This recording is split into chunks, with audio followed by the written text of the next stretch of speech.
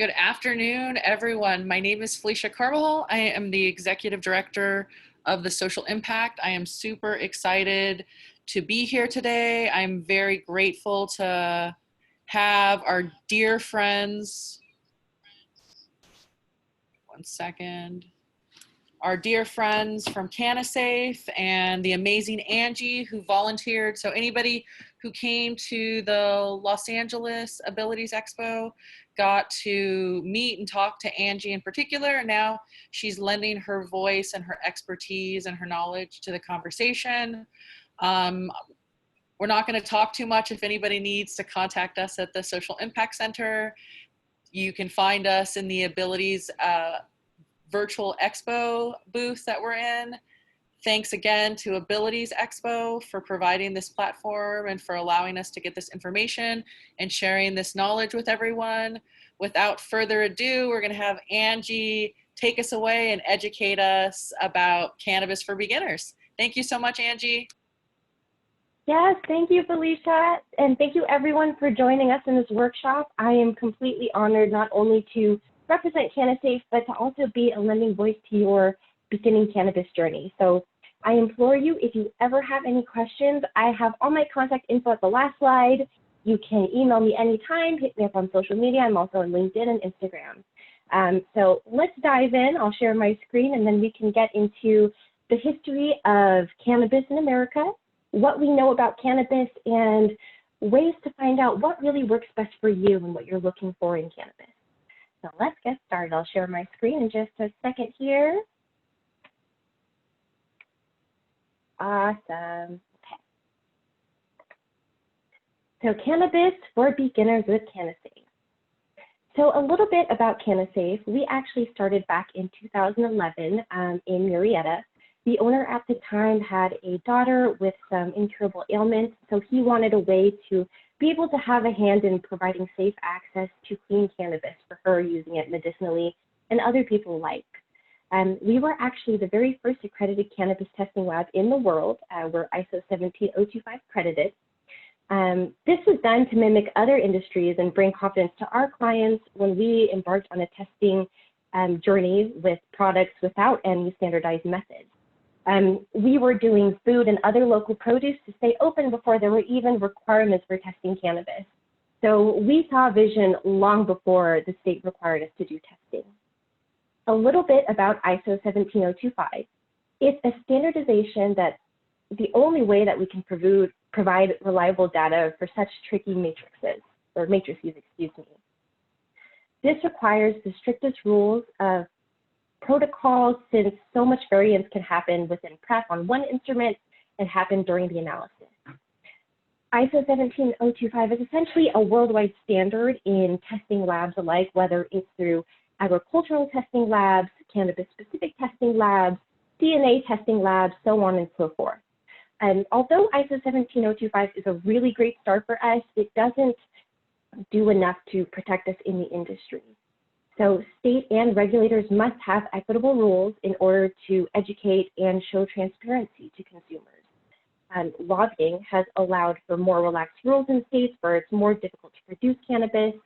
And some states have profile testing and safety testing, but unfortunately it's almost non-existent in industrial hemp, which we'll talk about later on. So talking about CannaSafe now, we're actually currently now in Van Nuys. We have an amazing staff with over 20 years of combined cannabis testing and over 100 years in analytical testing. Our executive management team comes from world-class companies like Pfizer, Donahue, GenX, Phenomenex. So we have amazing leadership who knows what they're doing, and I myself am fortunate to be a part of the team. We've done, since 2016, over 45,000 tests, and that was just in the year of, just in 1 year, from March to March. So enough about CannaSafe, let's talk about cannabis as medicine. Cannabis is possibly the first crop ever intentionally cultivated outside of fruits and vegetables. We've known this as a medicine used in India since before 2000 BCE. It's known as a medicine in the West since 1843. It's been federally illegal since 1937. but became part of the U.S. pharmacopoeia up until 1942. California actually legalized medical use back in 1996, which maybe many of you are familiar with, and prohibition. Prohibition was introduced before the medicinal benefits of cannabis were fully understood. The AMA objected to the law, but no one knew the importance of cannabis medicine, and prohibition was rooted in prejudice history. But we'll not touch on that for too long because we want to talk about moving on and forward. So let's talk about Prop 215, also known as the Compassionate Use Act of 1996. This act allowed patients with a valid doctor's recommendation and their caregivers to possess and cultivate marijuana for personal and medical use. This has since expanded to a growing system of collective and cooperative distributions. The Act added Section 11362.5 to the California Health and Safety Code. California Prop 215 was the first medical marijuana ballot initiative passed at a state level, which caused a pretty big conflict in the United States between states' rights advocates and those who support a stronger federal presence. But now, California said, hey, cannabis is legal. As of 2016, it became recreationally illegal. It was illegal in California between 1915 and 2016, and nationwide it was illegal since 1937. In California, it became medicinally legal in 1996, and of course, recreational in 2016. I'm very curious to see what you had voted, whether you want it to be legal or illegal. Please shoot me an email. I'd love to know. I'm very curious, and I'd love to hear your thoughts. As of 2016, you can carry up to 1 ounce of flower or 4 to 8 grams of concentrate. This also made it so you have immunity from criminal penalties when you're using it for medical use, and it's legal for adults over 21 or legal for patients with a medical recommendation. So Prop 64, this is the law that we had passed to make it legal in California, also known as the Adult Use of Marijuana Act, and its full name is the Control, Regulate, and Tax Adult Use of Marijuana Act. This initiative passed with just a 57% voter approval and became law on November 9, 2016, leading to recreational cannabis sales in California by January 2018. So your vote counts. It was only 57%. Let's talk about what you can or cannot do. I know many of us may not be too versed on what is acceptable with cannabis, so we'll go over that right now.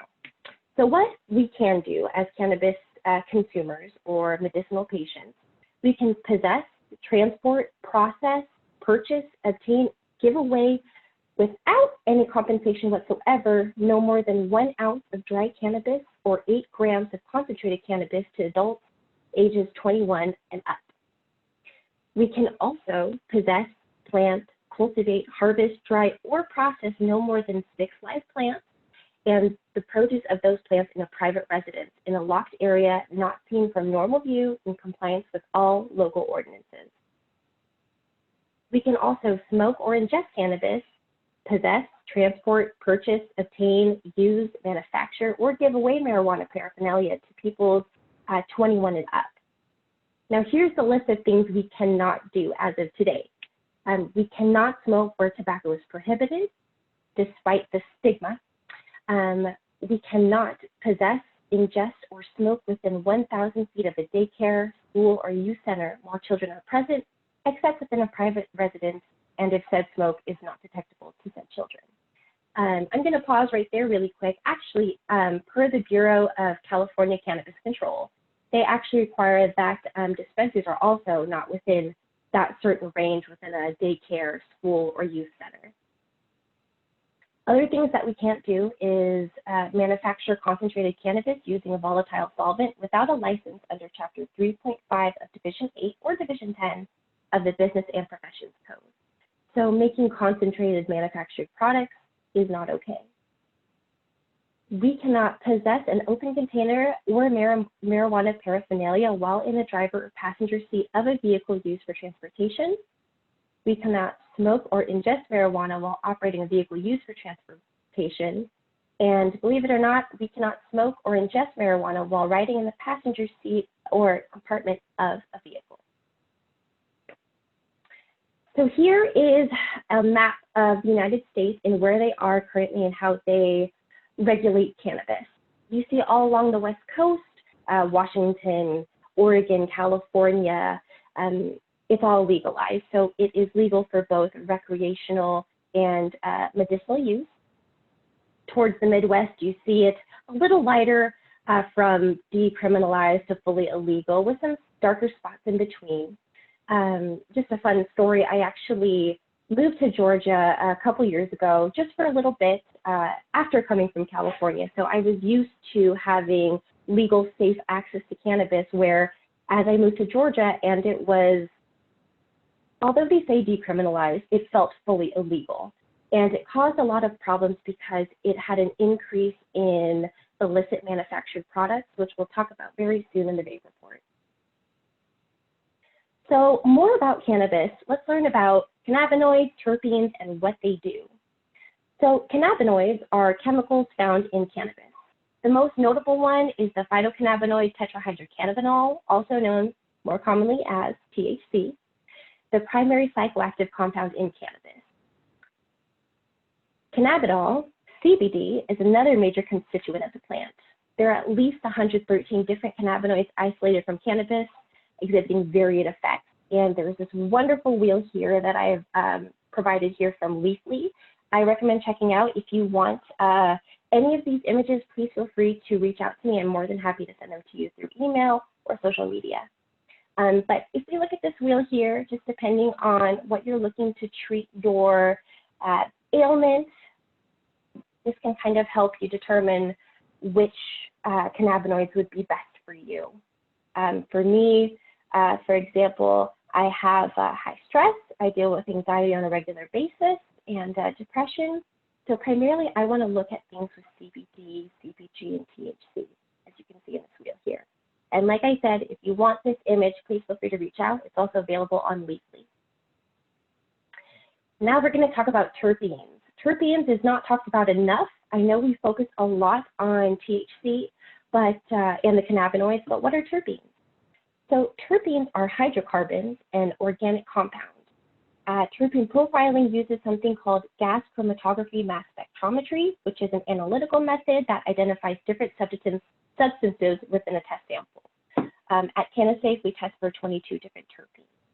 So when you have, let's say, a cannabis flower, and you have a good smell of it, and it's a remnant of, let's say, lemons, it may have the limonene terpene. The aromas like citrus, the effects are stress relief, elevated moods, and some medical values is anti-inflammatory or antiseptic.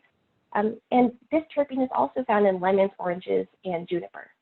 And this is also available, I believe, through Leafly. It's another great resource. They have a lot of awesome resources talking about terpenes that I recommend checking out. With the cannabinoids and terpenes combined, we have something called the entourage effect. So the entourage effect is the combined effect of cannabinoids, terpenes, and other active compounds working together to produce an effect. It's essentially a team effort of creating a response. So in 1981, a study found that whole plant extracts produce 330% more activity than THC alone. Cannabis contains synergist and inhibitor compounds, which are now known as cannabinoids and terpenes. So with a mix of the cannabinoids we talked about earlier in this slide, mixed in with some of these terpenes, can create a more active effect. So let's talk about how our body takes that in. We have the endocannabinoid system. The endocannabinoid is naturally produced by all mammals. It interacts with receptors to regulate body functions. These include appetite, mood, memory, reward systems, and more. And phytocannabinoid is discovered before the endocannabinoid system. It's plant-derived and has 113 molecules unique to cannabis. And here we have our CB1 and our CB2 receptors. So one of the more common receptors in the human nervous system is CB1. CB1 can moderate memory, mood, motor function, and perception, and is responsible for cannabis's psychoactive properties. As you can see here, they're primarily found in the brain and central nervous system, and to a lesser extent, some other tissues. CB2 is associated with the immune system. It's released from arthritis, asthma, allergies, autoimmune disorders, or digestive issues. And you'll see that CB2 receptors are mostly in the peripheral organs, especially in cells associated with the immune system.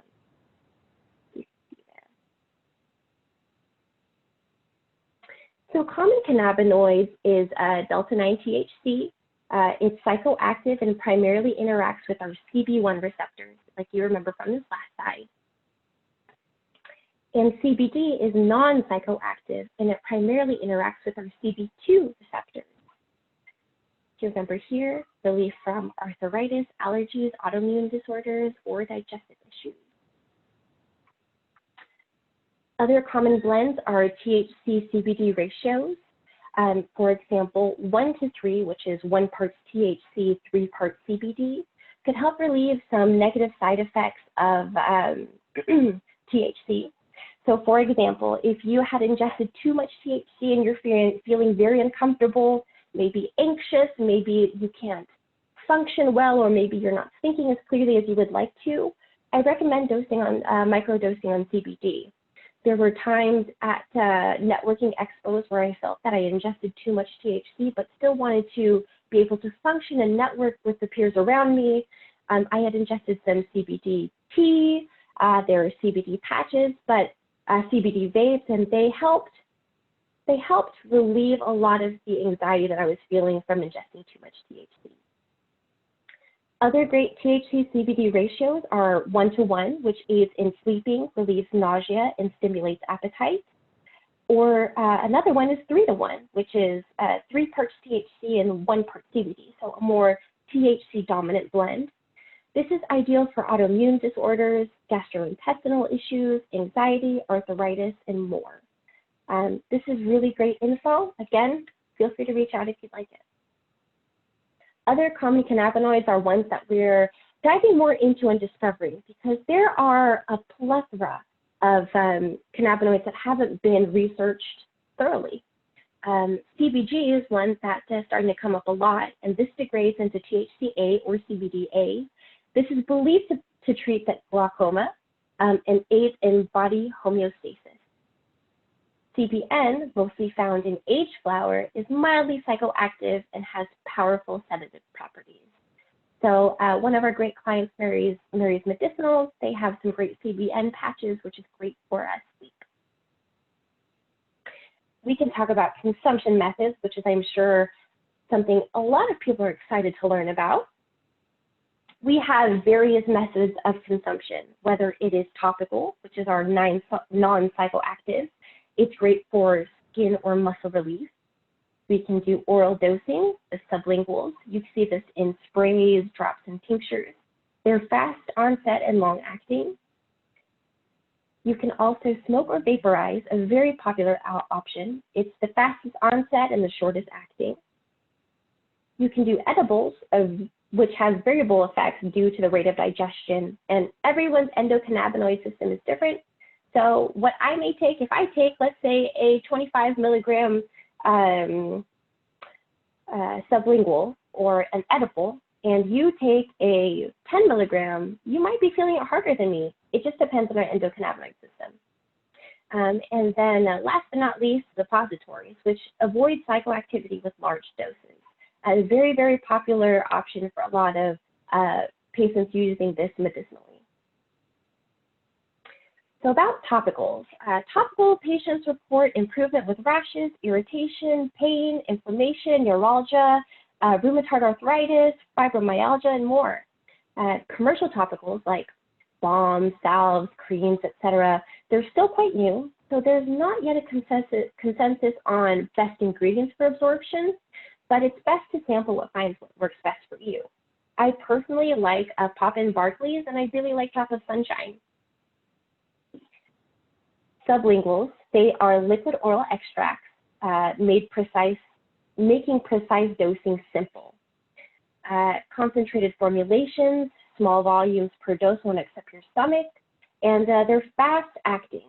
Some great sublinguals that I know of are Yummy Karma or Mary's Medicinal. Smoking and vaporizing, a very, very popular method. It's the easiest method to dose, but impossible to measure exact dosages. They have near immediate effects, best used as supplementary treatment in addition to other long-lasting forms of medication. And lab testing inhalables ensures that the product is free of molds, solvents, pesticides, metals, and mycotoxins. So now we're going to get into vaping and lung illnesses. So in the recent months, several cases of a mysterious lung illness have broken out in 49 states, with 2,051 cases reported, with unfortunately 39 casualties.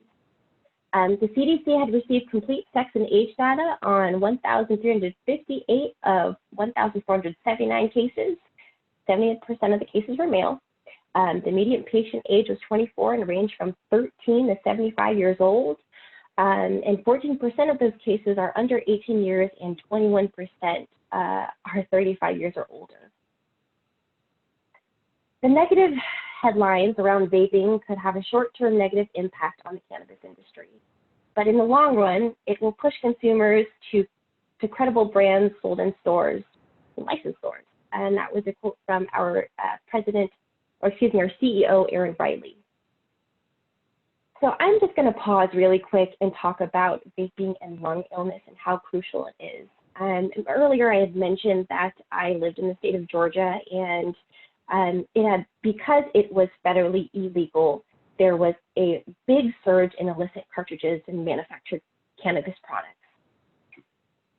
Knowing I had actually came from CannaSafe right before moving to Georgia, and it was so hard for me to tell people that what they were smoking was safe.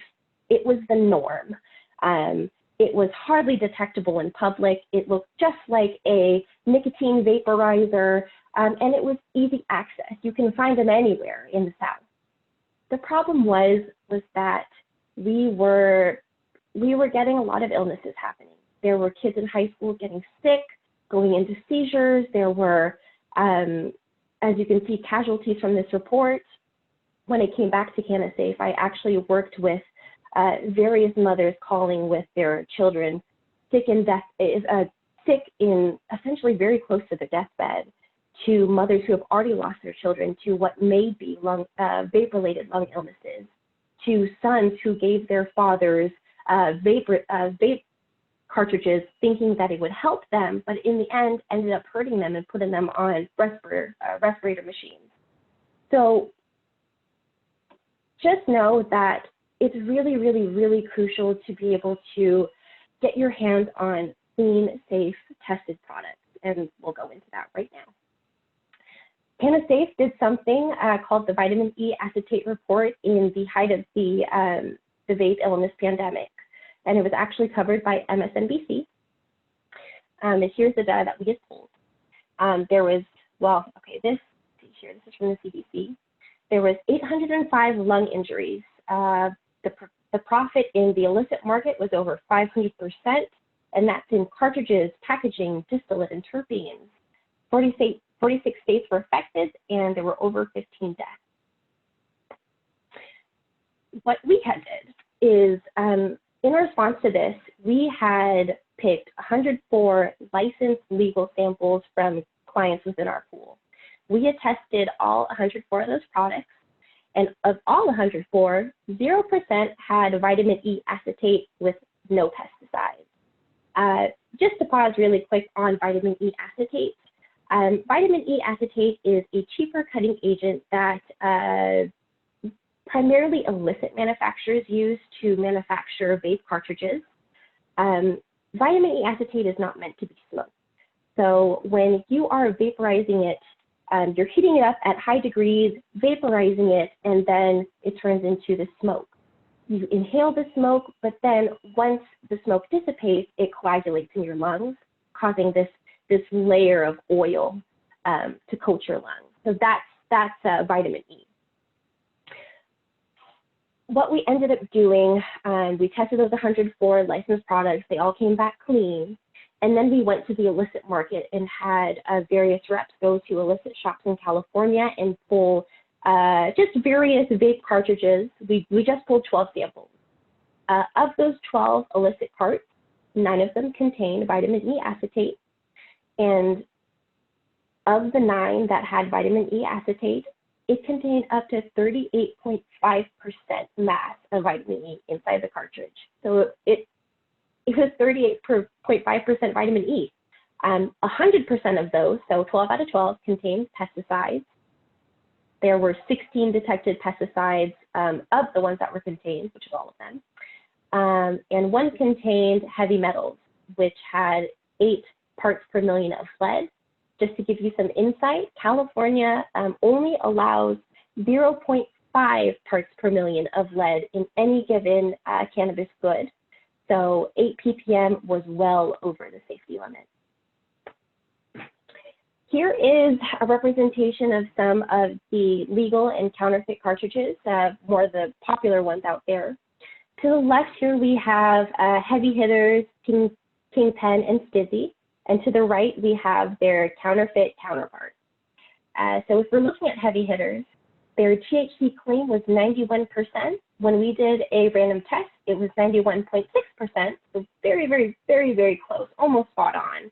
And there was no vitamin E detected whatsoever and no pesticides whatsoever. But when we look at the counterfeit heavy hitters, we see that there's no label claim on how much THC there is in the product. It tested at 60% THC, and it had 25.1% vitamin E inside of the counterfeit part. In addition to all that, it also contained pesticides like bifenazate, chlorphenapyr, etoxazole, mycobutanol, and permethrin. Here we have Kingpen, another reputable brand. Their label claims had 81.38% THC, and we tested it at exactly that. There was no vitamin E and no pesticides.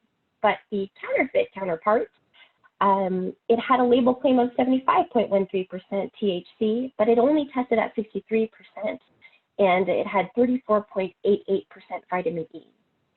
This also had a multitude of pesticides such as mycobutanol, piperonal butoxide, permethrin, and more.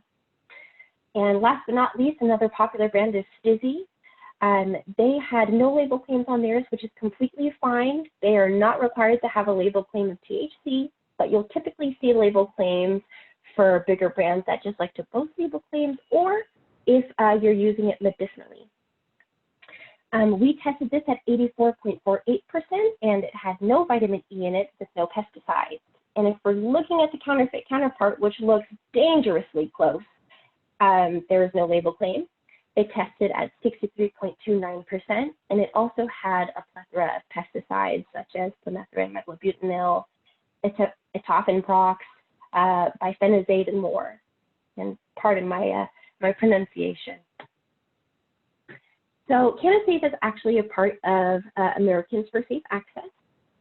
Safe access for patients is crucial. Data accumulated by Americans for Safe Access reports that patients prefer vaping as a delivery method over smoking flower, edibles, and pills.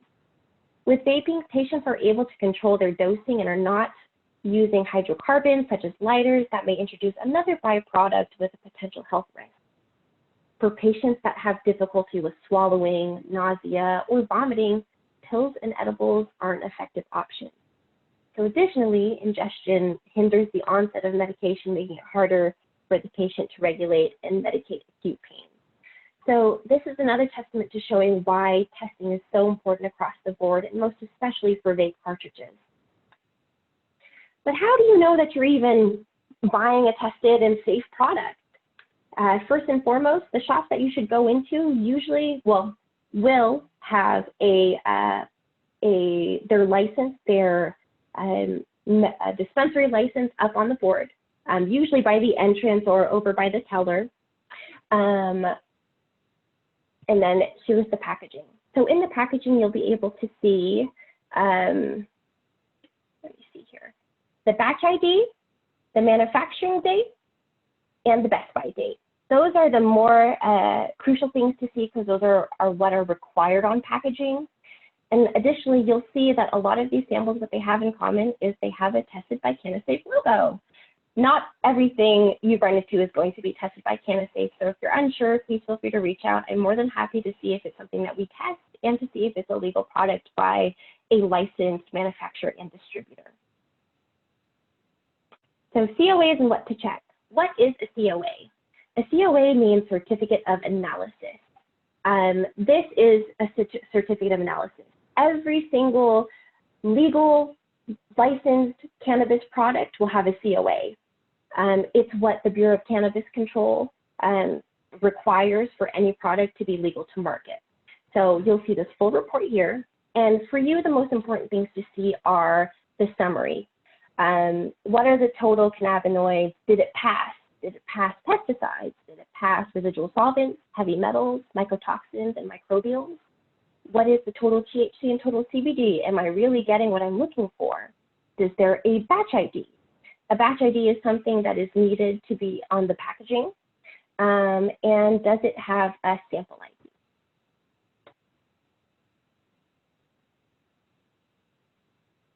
Okay, so this is just an overview of what a COA would look like. It's usually a multiple page document.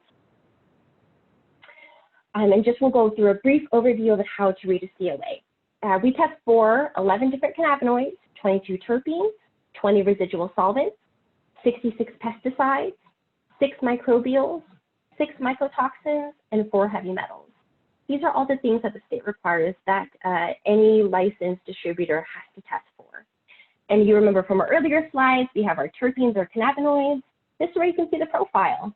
So if you look at the terpene section, you'll see this nice little graph here. It's a good visual representation of what terpenes are dominant in this product. So we know that limonene is the most dominant terpene. This will give you a nice uplifting effect. And if we look at the cannabinoids, we'll see that it's very, very dominant in THCA. So we're going to just talk about potency very quickly. Potency of cannabis has increased significantly over the years, but what does that mean? It refers to how cannabis has become much stronger. Potency is how much of a drug or substance is needed for the response. Concentrates are often consumed in smaller quantities in comparison to flower products. And this explains the higher potency in concentrate products, such as when we looked at the vitamin E report, we saw cartridges at 85% or 90% up, which typically you won't see with flower. You'll see them usually between, it can be anywhere from 10% or below all the way up to 35% and maybe even more. They're also called concentrates because it is a concentrated amount of the substance or drugs, meaning the consumer will need to consume larger quantities of a flower product to have comparable strength or potency to the concentrated product. Potency is how much of something you need to obtain a certain effect. Efficacy is a measure of how well a drug or substance activates the receptor. It's the maximum effects one can get, and it measures the substance's effectiveness. Another thing that we touch on and test for in COAs is residual solvents. This is essentially some of the cutting agents or the solvents they use to process a concentrated or manufactured product. You'll see things like butane, benzene, chloroform, ethanol. It looks kind of scary, but you'll see that the most important thing to look at when viewing a COA is the limit, the mass, and most importantly, the status. Did this thing pass? And if we're looking here, the state requires that you have a certain amount of an analyte in any given cannabis product. Here you'll see it in micrograms or parts per billion, micrograms per gram, I believe.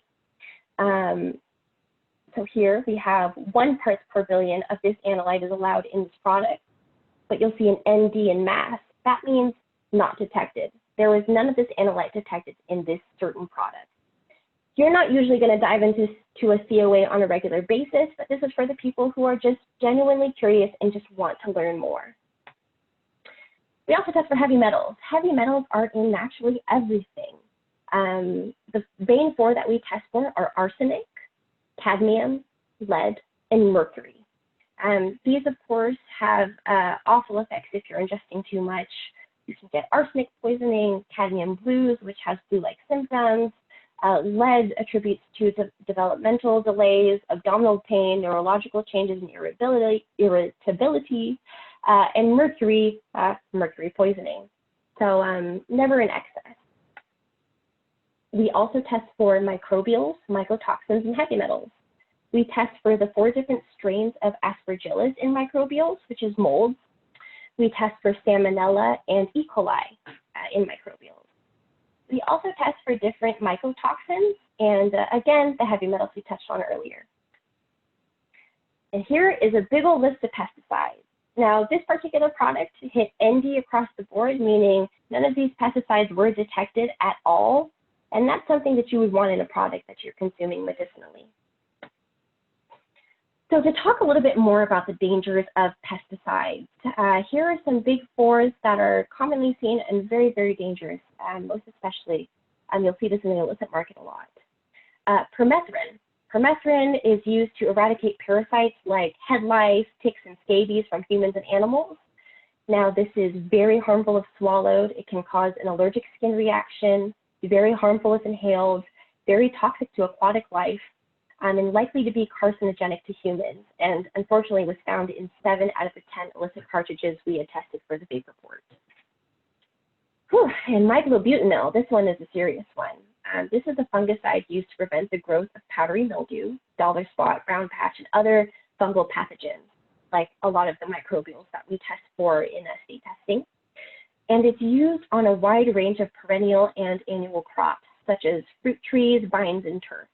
So we can ingest myclobutanil maybe on the skin of our apple, but if we inhale it and light it up, it can cause awful effects. It's highly toxic, could be fatal if inhaled, swallowed, or absorbed through the skin. Effects of contact or inhalation may be delayed. Fire can produce an irritating, corrosive, or toxic gas, and the runoff from fire control or dilution water may be corrosive and or toxic and cause pollution. It can cause serious eye irritation. It's suspected of damaging unborn children, again, toxic to wildlife, and can convert into awful gases such as cyanide. There is also chlorphenapyr. This is used as a pro-insecticide for termite control and crop protection against several insects and mites and pests. Chlorphenapyr is a moderate but reversible eye irritant and not a skin irritant, luckily. Harmful if swallowed, toxic if inhaled, dangerous to aquatic life, very toxic, and was found out of the 6 out of 10 illicit cartridges tested by CannaSafe. And another one is bifenazate.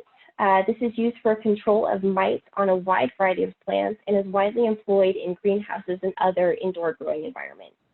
This can cause an allergic reaction to the skin, damage to the organs with prolonged exposure, very toxic to aquatic life, and found in 8 out of 10 illicit cartridges tested by CannaSafe.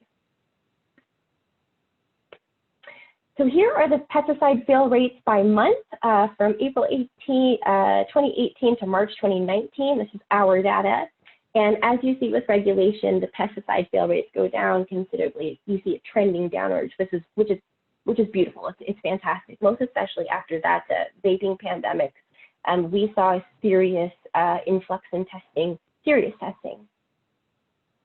So what is your responsibility as a consumer? Look for a licensed legal shop. Like I shared before, a lot of the times you will see their license outside either their door or at the window when you are greeted by the teller there. It's required by the BCC. Additionally, if you're using some applications such as Glassdoor or Weedmaps, they usually provide a license under the company that you're looking at. And if you're ever unsure, please use me as a resource. I'm more than happy to look it up to see if where you're going is a legal shop. So again, looking for legal signage, asking questions. Don't be afraid to ask questions. That's the only way that you can know. And unfortunately, the way that cannabis is loosely regulated, we need to be able to ask these questions until transparency is demanded. And for us, transparency is absolutely key for all of our consumers. And shop smart. Don't shop at a illicit shop. Shop smart. Here are some of the great sources that I have from the slide shared. Here's some of the amazing staff that we have at CannaSafe. We're a very, very diverse crew. Believe it or not, this picture was taken right before I came back, so I added mine at the very end. Please feel free to connect with me anytime. My name is Angie Macaraeg with CannaSafe. There is my LinkedIn, my Instagram, and my email. And I'm more than happy to be a resource to you guys. Thank you so much for your time. Angie, thank you so much. So we had a couple of questions that came in. The first one was, they wanted to know, Victoria wanted to know, what was your favorite terpene? Probably limonene. Probably. I talked about that a lot because I love that it's so uplifting. I love the smell so my personal favorite methods of consumption would be through inhaling cannabis or perhaps through a topical. And when I purchase cannabis flower, I'm always taking a whiff of it. Now granted, now we can't open the flower and check it out, but I'm always looking for something that it has just a great limonene smell to it. So they asked, Jessica asked, where can they go online to find a list of the legal shops in all the different states? Oh man, that's amazing actually. So every state, they're different on how they regulate cannabis and how they employ their resources. For us, we have the Bureau of Cannabis Control. It's called the BCC. And I can definitely provide that, Jessica. If you want to send me an email, I can provide you some of the great resources that we have. The BCC list, if you put in a license, they'll share the info with you. Additionally, I think that there's some great resources online, such as like Glassdoor, that you can find legal shops. And I'd like to add that most of the different states also provide that information. And if they aren't making it available to you, that's a freedom of information request where they can at least give you the list to every municipality as well as every state in terms of what their regulated market looks like. So we've got another question. The question is, do you have any resources on hand about CBD to treat depression long-term? Resources, oh my goodness. You know, I think we might actually have some that our marketing team is working on. If you send me an email, I'm more than happy to send those over. Felicia, do you have some great resources that you can share too? I do. So I have been talking about CBD in particular and its applications to the abilities community for the last 5 years. The first step I would suggest for you to do is do some research. And I'd start off with checking out Project CBD. Project CBD is the oldest, most trusted resource when it comes to CBD in particular, and they go condition specific. Some of the things you're also going to find, because people are exploring their experiences with cannabis, is you're going to find a lot of anecdotal evidence in particular with people just telling you what they've done for themselves, because part of the reality is cannabis medicine is very individual, and it being so individual, everybody's body is going to be different. As somebody who also suffers from depression, I mean, I take CBD in lieu of Valium and Xanax, so it's part of my everyday. Just how I exist in this life is I have to take some CBD so that I can feel calm. But throughout the day, I mean, it's going to depend. Like right now, we're dealing with a lot more issues. Things are being unveiled in our society, and some of us are having to really deal with the long term, like being cognizant that where our depression comes from, whether it's ancestral or whether it's something that we can just treat. So I think it's going to be a combination of the two of them, or a bunch of things. I mean, if you're already taking medication, you're taking certain medications, I mean, you're going to want to educate yourself about whether or not those same prescriptions are going to utilize the same pathways that, say, for example, whatever you're using to help you with your depression. But I would start with Project CBD and just read as much as you can. And then I'd also go check out the National Institute on Health's website. So if you go to the National Institute on Health, I like to call some of what they do like the Google of searching for medical conditions and how you can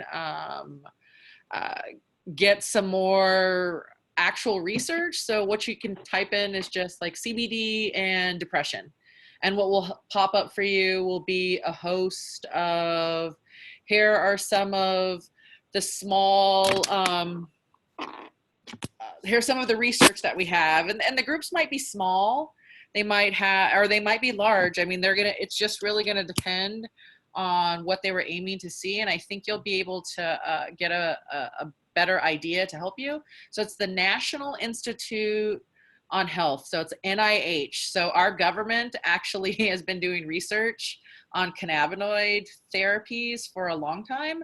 And so you'll be able to find out what they're talking about. But I would also encourage everyone to check out Project CBD, primarily because it's the oldest resource. And the reality is, like, all of these resources are kind of the same now at this point. So you can go to a Leafly and all of these, because we haven't really made the kind of advancements that a lot of people are looking for to be able to go super specific, primarily because everybody's body is different. So I use all kinds of different CBD. My favorite kind of CBD to take is a capsule because I'm lazy. When I say I'm lazy, I used to take sublingual, and I'll take sublingual sprays throughout the day, and I don't mind. But I don't mind the taste or any of that. But I think just because as an American and as a human, I've been conditioned to take a pill. So like giving me a little capsule that's a pill that I can just take every morning and get, 30 milligrams and take whatever else I have to take throughout the day. Usually I take CBD probably 4 to 5 times throughout the day. So I'll take 6 to 8 more milligrams every 3 to 4 hours. It just depends entirely. But yeah, I love capsules. And I mean, of course, we didn't even go into a great length we didn't go into depth about just the different delivery methods and how they get broken down and all of those things. But I think if you're looking for options and you're looking for CBD options, to treat anything, it's the safest way to put your foot in the door, to kind of just put your foot in the water, to just gain a better understanding and to see like how your body responds. Because the reality is, if you take a non-psychoactive CBD and it doesn't make you however you thought it was going to make you, or maybe it doesn't even work because maybe you say, I took CBD and it didn't help with my pain. Hopefully that makes you think a little bit harder and say, well, no, CBD didn't get me super high, which is what I was actually hoping, to get some pain relief. And oftentimes that association is high. In terms of CBD being hemp derived or not, I mean, if you live in a state that has access to whole plant, that has everything, I would jump on it. But if all you have access to is some CBD hemp, I would still jump on it too, because you might have to take more than what you would. You might not have all of the synergistic effects, but you will be allowing your body to have certain cannabinoids. What do you think about that, Angie, in particular, with the hemp derived or not?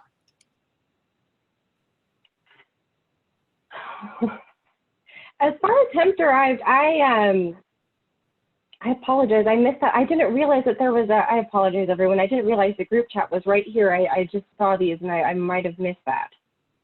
I mean, it was the last question. So I've been pulling up the questions. I've been asking us the question. So they asked the question and then I gave them my answer. And so now I'm just pulling you in to get your thoughts on whether or not it matters if it's hemp derived or whole plant. Geez, wow. You know, I personally, I'm more, I don't think that I'm too versed as far as the comparison between hemp derived or whole plant. I personally I've always gravitated toward hemp derived just because as a whole plant, I do know that I mean, it's the whole plant. I'm very curious actually.